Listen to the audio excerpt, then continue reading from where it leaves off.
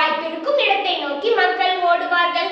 ஆம், தொழிற்சாலைகள், தனியார் நிறுவனங்கள், அரசு அலுவலகங்கள் மற்றும் பல்வேறு தொழில்கள் நகரங்களில் அதிகமாக உள்ளன.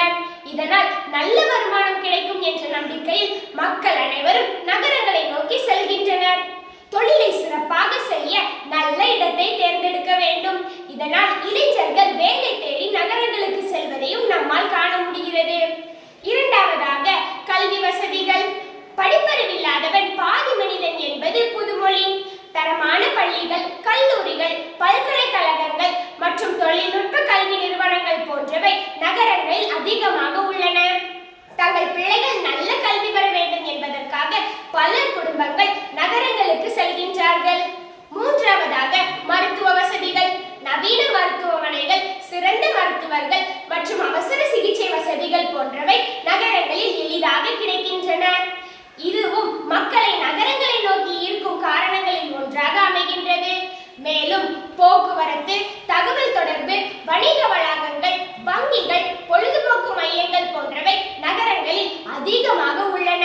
இதனால் மக்களின் வாழ்க்கை தரம் மேம்படும் என்ற எண்ணம் உருவாகின்றது. ஆனால் மக்கள் அனைவரும் நகரங்களை நோக்கி செல்வதால் சில சவால்களையும் மேற்கொள்ள வேண்டியதாக உள்ளது. மக்கள் தொகை அதிகரிப்பால் போக்குவரத்து நெரிசல், குடிநீர் மற்றும் நீர் மாசுபாடு, குடிநீர் பற்றாக்குறை, வீட்டு வசதி குறைபாடு, குப்பை மேலாண்மை சிக்கல்கள் போன்ற பல பிரச்சனைகள் உருவாகின்றன. நகர வளர்ச்சியுடன் பல சவால்களும் புதியதாக உருவாகின்றது. கிராமம் வாழ்க்கையை தொடங்குகின்றது, நகரம் வாழ்க்கையை மாற்றுகின்றது. எனவே அரசாங்கம் கிராமப்புறங்களிலும் வேலை வாய்ப்பு, கல்வி, மருத்துவம் மற்றும் அடிப்படை வசதிகளை மேம்படுத்துகிறது. இதனால் மக்கள் கிராமங்களை விட்டு நகரங்களுக்கு செல்ல வேண்டிய கட்டாயம் குறைந்து மக்கள் அனைவரும் கிராமங்களிலே இருக்கலாம். எனவே கிராமங்களுடன் நகரங்களும் இணைந்து சமமாக வளர்ச்சியடையும்.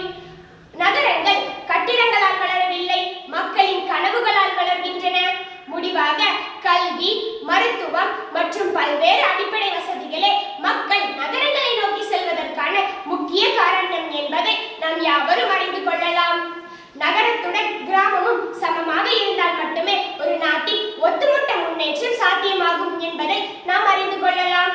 நகரம் உயர்வது நாட்டின் வளர்ச்சி, கிராமம் உயர்வதோ மக்களின் வளம். இரண்டும் சமமாக இருந்தால்தான் உண்மையான முன்னேற்றம் வளரும். அந்த நல்ல நாளை எதிர்நோக்கி